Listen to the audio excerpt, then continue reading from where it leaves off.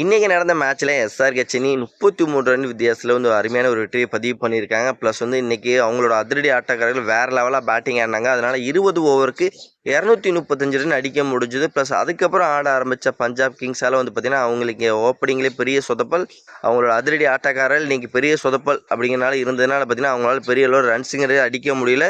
பின் வரிசையில் வந்த எந்த ஒரு பேட்டருமே சரியான ஒரு பங்களிப்பை கொடுக்காதனால பார்த்தீங்கன்னா அவங்களால 202 ரன் மட்டும்தான் அடிக்க முடிஞ்சது. கூப்பர் கார்னர் மட்டும் தனியால போராடி ப்ளஸ் அவர் ஒரு 100 பதிவு பண்ணார். இருந்தாலும் அந்த 100 அவங்களால வெற்றிக்கு கொண்டு போக முடியல. 33 ரன் வித்தியாசத்தில் இன்னைக்கு ஒரு எஸ்ஆர்ஹெச் அருமையான வெற்றியை பதிவு பண்ணி இன்னைக்கு நம்பர் 1 பொசிஷன்ல இருந்த பஞ்சாபை கீழே தள்ளி இவங்க வந்து நம்பர் 1 பொசிஷனுக்கு போயிருக்காங்க. இந்த மேட்ச்ல தோல்வியோட பஞ்சாப் கிங்ஸ் அவங்களோட ஹாட்ரிக் வெற்றியை வந்து பதிவு பண்றாங்க. இப்படியே போயிட்டு இருந்தா ரொம்ப ரொம்ப பெரிய சிக்கல் ஆயிரும். ஓகே ஃப்ரெண்ட்ஸ், இந்த மேட்சை பொறுத்த வரைக்கும் எஸ்ஆர்ஹெச் அவங்களோட அதிரடி பேட்டிங் பவுலிங் ரெண்டுலேயும் வேறு லெவலில் போனதால இன்றைக்கி ஒரு வெற்றியை பதிவு பண்ணியிருக்காங்க.